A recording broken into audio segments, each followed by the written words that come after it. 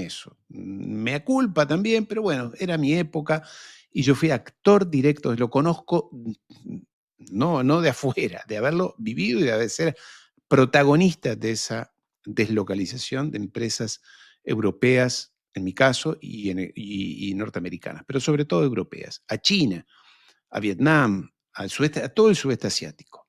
Esa era la parte uno.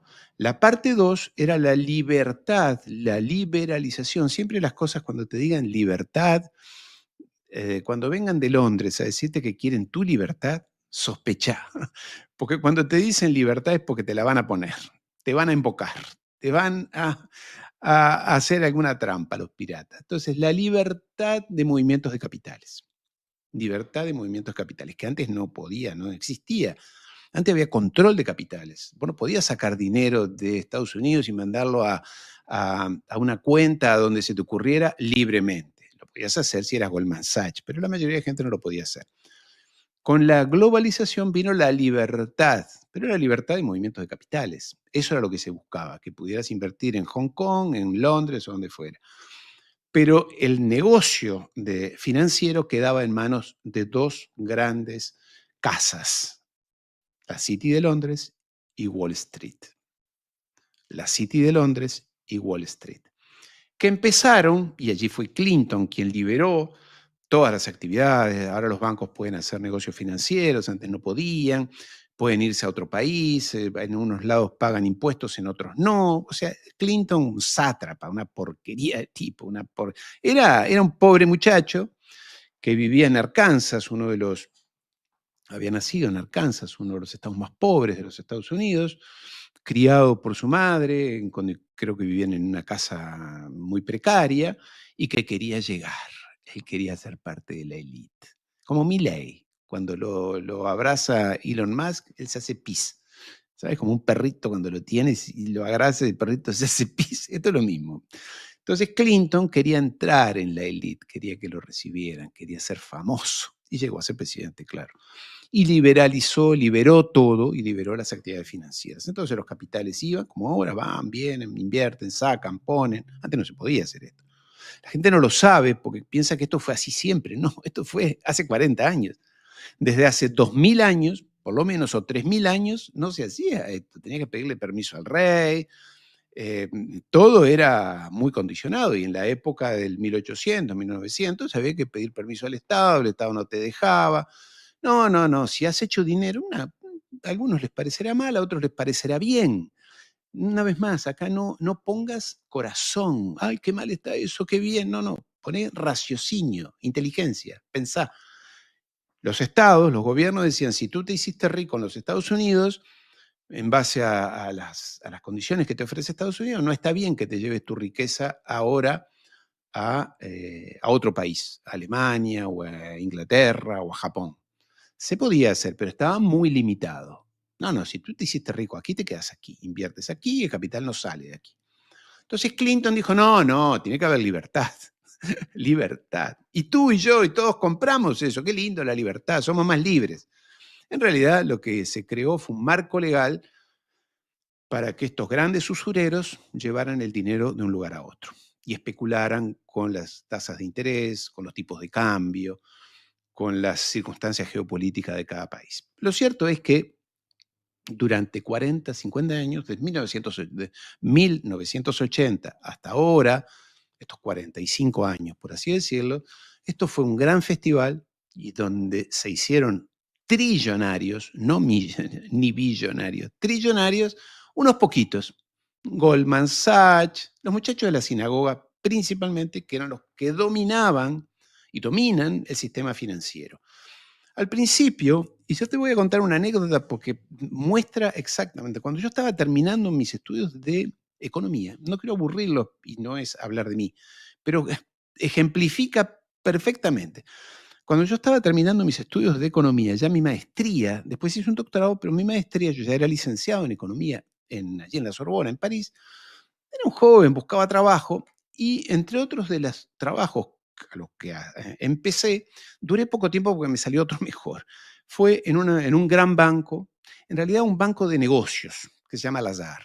Un banco que nadie conoce, pero es uno de los grandes bancos de negocios también de los Rothschild, que hace negocios arriba. No es un banco que sacas tu cuenta bancaria y te da una tarjeta de crédito. Es un banco de negocios arriba. Y me mandaron a trabajar en el área de bonos. Yo me acuerdo como si fuera ahora. Y en el área de bonos, estoy hablando antes de Clinton, allí en esa época, ¿no? Éramos, no sé, 5 o 6 jóvenes y unos señores que eran ya que estaban al final de sus carreras. Y lo cierto es que nadie quería trabajar en el área de bonos, títulos, bonos y demás, porque era el área más aburrida, no pasaba nada ahí. No pasaba nada, no se podía hacer negocios, estaba todo muy regulado, estaba prohibido la circulación de, como digo, de grandes capitales. Bueno, yo dejé de trabajar allí y realmente era aburrido. Todavía recuerdo hasta físicamente, era un área arriba, en un espacio, prácticamente en una buhardilla dentro del Banco Lazar, allí al lado del Opéra de París. Ahí nomás. Y lo cierto es que años después yo seguí en contacto con uno de esos, que además había sido compañero mío de la universidad, que estuvo mucho más tiempo y después se fue también.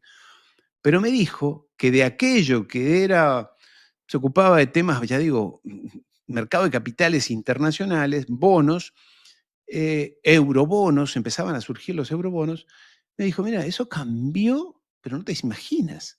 En el lapso de 2 años dejamos de ser los de la buhardilla, que no les daba bola a nadie, que estaban 3 o 4 personas al final de su carrera y 5 jóvenes, a convertirse en un área estratégica dentro de ese banco. Y esto es lo que quiero decirte. Y así pasó en Wall Street. Quienes ocupaban de estos temas en Wall Street, allá en los años 70, eran los marginados, los pobres, los losers de la economía. Como era yo que empezaba mi carrera, un joven, hacía lo primero que me ofreció un trabajo lo agarré. Y eso hizo así. Esos que eran la actividad secundaria de los bancos pasó a ser el tema central de los bancos, que era la especulación financiera, los grandes negocios internacionales, y es allí donde aparecieron en Europa y en los Estados Unidos los Golden Boys, aquellos, los lobos de Wall Street, que eran personas que empezaron a manejar, ya aparecían las computadoras, los primeros programas informáticos, la especulación, venta, compra, acciones, pantallas, muchas pantallas. Eso cambió ese mundo, por eso nunca fue así, nunca fue así. Estos lo hicieron Clinton en los Estados Unidos, Thatcher en Inglaterra. De alguna manera fue el gran cambio que hizo Mitterrand, también lo viví de cerca en el año 83, cuando hizo el gran giro y llegó a ser primer ministro, en el caso de Francia, Laurent Fabius, fue el primer ministro más joven de la historia en aquel momento de Francia, muy importante dentro de la colectividad judía, él, Laurent Fabius, que fueron los que auspiciaron este cambio del negocio, pequeño negocio financiero casi que provinciano, de bancos que se dedican en la cooperativa del Estado, de la provincia, de la región, a apoyar a los agricultores, que lo manejan los agricultores como una cooperativa, a un gran negocio financiero. ¿Qué pasó? Dijeron, dediquémonos al negocio financiero, que es el más redituable, el más seguro y ¿cómo decirte?, el más perezoso. No hay nada que hacer, no hay ningún riesgo, más allá de los riesgos naturales de la actividad financiera, que cada tanto hay crisis, que en realidad son momentos de reestructuración, son crisis que en realidad son momentos de reestructuración del sistema, de poner a punto, para eso están las crisis. Entonces, ese mundo fue el que cambió, y ese mundo es el que este hombre viene a reordenar. Porque, ¿qué dice? Y esto es lo que está en el fondo de la concepción de Donald Trump. Es, si este mundo, los Estados Unidos siguen así, esta deuda que tiene los Estados Unidos, que es de 36 billones o billones de dólares, siendo que el PBI, o sea, la riqueza que genera el país en un año es de menos de 30 y debe 36, estamos en un problema. Y esa deuda sigue creciendo. Pero sigue creciendo, dice él, porque el mundo entero quiere tener dólares, concentra los dólares, porque sabe que con los dólares es como antes se hacía con el oro.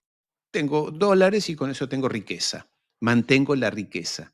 Y si tengo muchos dólares, los llevo a los Estados Unidos, compro bonos del Tesoro, compro acciones, compro lo que sea, pero sobre todo bonos del Tesoro, me dan un 5% anual, que no está mal, tengo mucho dinero, no hago nada, no hago producción, no hago nada y obtengo una ganancia. Sí, pero los Estados Unidos lo tienen que pagar eso, tienen que pagarte ese interés.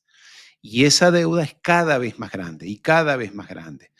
Y esto combinado con lo que te decía antes, de lo que fue una de las patas de la globalización, es decir, saquemos las industrias y mandémoslas a China, porque con eso logramos dos cosas. Una es que no haya inflación en mi país, en este caso los Estados Unidos. ¿Por qué? Porque vienen productos baratos. Vienen productos baratos. Si yo tengo, cada vez que alguien dice, no, pero yo quiero producir en los Estados Unidos, quiero producir zapatos. Y sí, pero los sueldos en los Estados Unidos son altos con respecto a China o a Vietnam o a Bangladesh, que también produce zapatos. Entonces yo tengo que pagarles a los trabajadores en los Estados Unidos sueldos altos y todo sale más caro. La energía sale más cara, los servicios salen más caros, el abogado sale más caro, el contador o el contable de mi empresa sale más caro que allí. Y encima a mis empleados les tengo que pagar vacaciones, derechos sociales, seguro de salud. En cambio, allá no. Entonces, yo traigo los productos de afuera y tengo la inflación baja. ¿Y qué logro con la inflación baja? Primero que los ciudadanos norteamericanos se quedan quietitos, se ponen ovejitas mansitas, porque si no pierden el poco trabajo que tengan, en las condiciones que tienen, porque siempre se compara, el empresario compara con aquel. Mira que si tú pides cosas raras, voy y compro allá en Bangladesh, que todo me lo regalan prácticamente. Y lo segundo que logro es que baje o mantener baja la inflación. ¿Y qué quiere decir? Que es un muy buen negocio para los financistas, porque si yo saco el 5% de rendimiento, pero claro, y la inflación es del 10% anual, mi dinero ha perdido valor de compra, ha perdido valor por la inflación. Por eso cuando te dicen la inflación es mala, claro que la inflación es mala, pero toda la vida, toda la historia de la humanidad se ha vivido con inflación, porque es lógico. La inflación es porque hay mayor demanda de un producto, entonces los precios suben. Eso, de alguna manera, mientras no se vaya al estilo argentino, no es un problema. Es un problema para ellos que son financistas, no es un problema para vos. Por eso cuando te dicen la inflación es mala, la pagan los pobres, sí, pero no es verdad. A ti no te preocupa que a los Rothschild no les preocupa que la inflación golpee a los más pobres. No vas a decir que están preocupados porque tú no puedas comprarle la leche a tus hijos o comida para tus hijos. No. Les preocupa que cuando invierten y después retiran el dinero al 5% de ganancias y la inflación es del 10, han perdido valor. ¿Se entiende? La inflación les preocupa a ellos porque son negocios financieros. Y como son negocios financieros sólidos, pero que tienen un límite de ganancia, el 5% que te estoy diciendo, bueno, el 2% arriba de inflación ya es pérdida para mí. ¿Se entiende? Entonces, también eso te están manipulando. Los Rothschild y los muchachos de la sinagoga, que además compraron los medios de comunicación, los periódicos, la televisión, todos, a los periodistas, ahora nos enteramos que hay 6.000 periodistas en el mundo, 6.000, lo dijo Elon Musk, ¿no? Allí en los Estados Unidos, dio la lista, los 6.000 periodistas, en todas partes, en Argentina, en Uruguay, en Chile, en todos lados hay periodistas comprados. Les pagan para que te digan eso que les dicen que tienen que decirte, que la inflación es mala, que Trump es un loco, que la guerra contra Rusia está muy bien, que hay que darle la guerra a, a- a China, que Maduro es un loco, que Lula es otro loco, que son unas dictaduras. Todo lo que te repiten, se lo pagaron, se lo escriben, le dicen, mira, tú tienes que leer esto, ellos leen en una pantalla, y detrás de eso repiten todos más o menos lo mismo. Cada uno le pone su palabra, todos dicen lo mismo, pero le pagan para que te lo diga. Entonces, Donald Trump, y acá no estoy poniéndolo, y te insisto con esto, en que Donald Trump sea bueno, que generoso, no, no, él es parte de esa élite. Pero como siempre ha ocurrido, en la élite dominante, en la élite gobernante, también hay discusiones, también hay peleas, también hay contradicciones. Y él encarna, por razones, no sé, personales, no lo sé, yo no lo conozco, no sé, Y mis amigos de Estados Unidos y de Washington, algunos de ellos que están cerca de él, o que han estado cerca, no son parte de su equipo, ni mucho menos, me dicen que es inexplicable por qué este hombre hace eso. Quizás por un ego, porque quiera dejar un legado en la historia de su país, por sus convicciones. Él quiere pelear contra esos grandes bancos, quiere pelear contra ese negocio financiero que ahoga a los Estados Unidos y que ahoga al productor de los Estados Unidos. Y acá, una vez más, no importa si ellos son imperialistas, si ahogan a otros países, si hacen las guerras, todo eso ya lo sabemos, ya lo he dicho 20 veces, ¿no? Ahora me van a escribir algunos y decir, pero los Estados Unidos aplastan a otros, ya lo sabemos todo eso, pero ponete en la cabeza de este hombre que es norteamericano, rubio, ojos celestes, alto, vivió en Nueva York toda su vida y que piensa ahí, en lo que es, le importa a ellos. No le importa ni tú, ni los vietnamitas, ni Bangladesh, ni nadie. ¿Tá? No me digan ahora en el chat que, que al final parece que estoy defendiendo a Donald Trump. Hay alguno que 2 por 3 me dice esa estupidez, es una estupidez. Entonces este hombre dice, no, yo quiero que dejar un legado en mi país en el cual Estados Unidos vuelva a ser grande otra vez. America Great Again, ¿no es cierto? El MAGA ese que se pone acá arriba. ¿Y qué quiere decir?